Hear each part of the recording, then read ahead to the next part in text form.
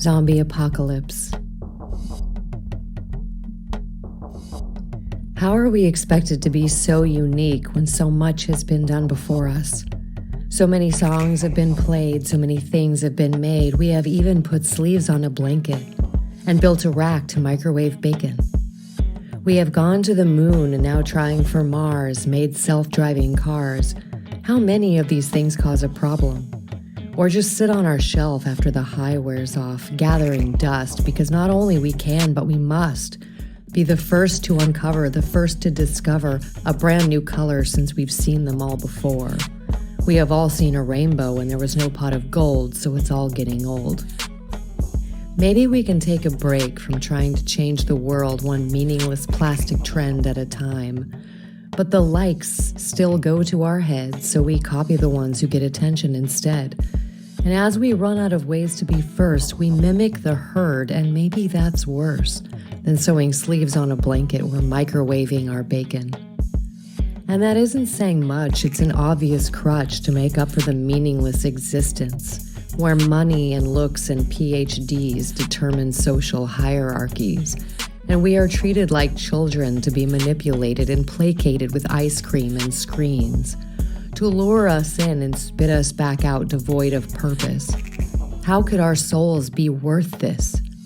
We know it's wrong, we feel it. But we've been so brainwashed that now we're addicted to the dopamine and distractions, to the angry reactions, that we can't find our way out of this haze. We look around frantically to find who's to blame. But we don't have enough fingers to point to the problems, and we have come no closer to a real way to solve them. While we live in fear and uncertainty, the people in power make rules from their tower, but they forgot long ago what it's like to be you, if they ever even knew. Because once they had more, they kept going, and their ways of control just keep growing. They don't want us to think for ourselves. If we're weak and afraid, we will never rebel, or we'll do it for all the wrong reasons and in all the wrong ways, and we'll end up hurting each other. We've become so confused, we end up hating our brother.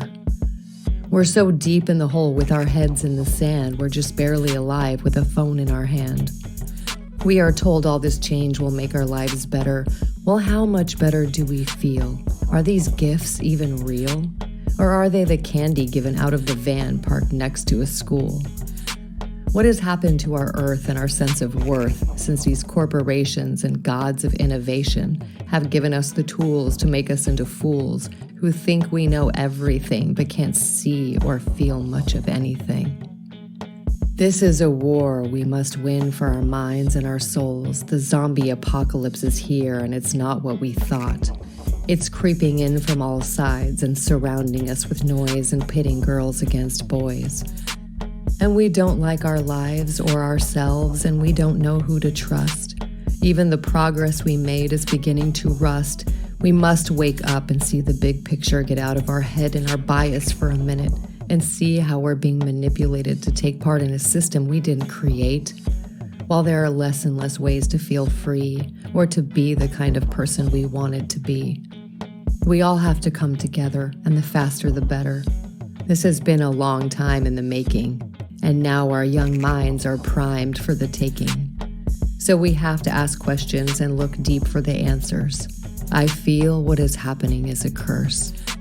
And if we all don't wake up, it's going to get worse.